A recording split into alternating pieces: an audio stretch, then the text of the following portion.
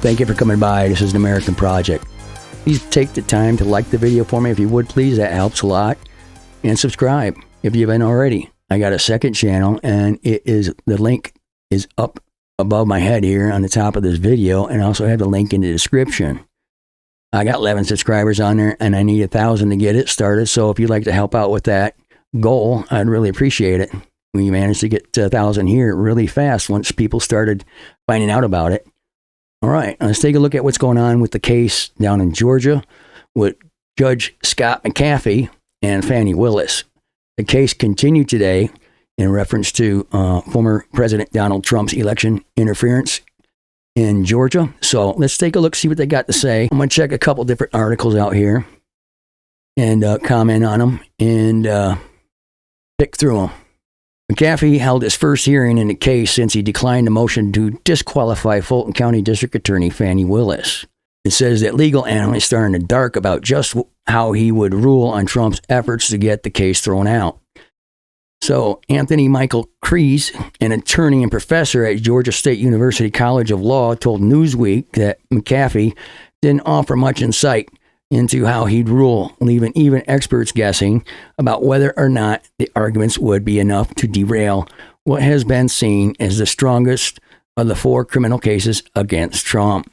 Okay, so they're wondering about the First Amendment and stuff like that, and they ruled that people could tell a lie, that that's not illegal to lie, so it's a First Amendment right, apparently.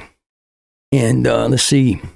It says McAfee agreed to hear arguments based on the pretrial motions filed by Trump and the former Georgia GOP chair David Schaefer, bringing the focus back to the sweeping RICO case, even as the former president and his associates seek to appeal McAfee's ruling on a disqualification of Willis. After weeks of court proceedings, McAfee and Willis could remain on the prosecution if Special Prosecutor Nathan Wade stepped down, which he did.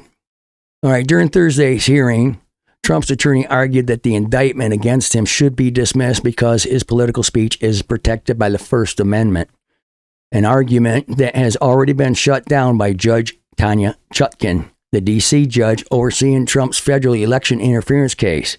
But McAfee gave no signs as to whether or not he agreed with Chutkan's analysis.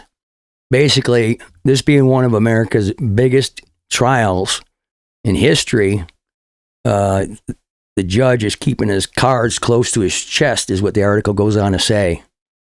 And so they're not sure if they're going to be able to use that argument or not. And there's no indication as to which way he's going to go. We'll just have to wait and see on that particular one. Now, as far as Fani Willis goes, there's a little bit more information on this one here. This is put out by Newsweek.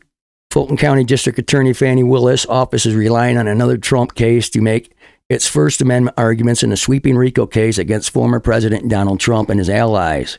This is another take, a different look at it. Georgia prosecutors invoked Judge Tanya Chutkan's previous rulings on several occasions during Thursday's hearing in Fulton County. To address the first, I think, elephant in this courtroom is that Judge Chutkan in D.C. has evaluated all of these arguments under the Supreme Court precedent already, Assistant District Attorney Donald Wakeford told the judge. Thursday's hearing focused on 3 pretrial motions filed by the defendants in the case, including an argument from Trump's attorneys that the charges against him criminalize his political speech. Willis's office argues that the First Amendment does not protect criminal conduct. Thursday's court proceeding is the first hearing since McAfee ruled that either Willis or Special Prosecutor Nathan Wade would need to step aside for the case to proceed. As I mentioned earlier, I believe, Wade resigned hours after the ruling. During the hearing, Wakeford also argued that while federal courts have been all over the place in terms of addressing the First Amendment in criminal cases, we know that in this defendant's case in D.C., actually Judge Chutkan explicitly went forward and made an analysis based on the allegations in the indictment there. Central to the dispute is another case that Trump's team has heavily relied on, United States versus Alvarez. In a landmark 2012 decision, the Supreme Court struck down the Stolen Valor Act as unconstitutional, finding that Xavier Alvarez, an elected official who falsely identified himself as a retired Marine, could not be prosecuted for his false claims because even lies are protected speech. So this might come back to bite them. That's very fascinating, isn't it, how that works? That's the problem with, overthrowing stuff and allowing things that they hadn't done in the past for 100 years or 200 years, and then open it up to a whole can of worms. It's kind of how it works. Trump's attorney, Steve Sadow, argued on Thursday that Willis's office was similarly trying to prosecute Trump over false statements. That's a good point. He also says, but the district attorney's team argued that because of the split decision by the Supreme Court, the Alvarez decision was unclear and that it did not prevent the government from prosecuting criminal conduct. Speaking specifically to Alvarez, it is plurality opinion with several different opinions written by the justices. What they all agreed on, though, was that Alvarez doesn't change the law. Wakeford said that speech integral to criminal conduct is not protected under the First Amendment. That's not what Alvarez was about.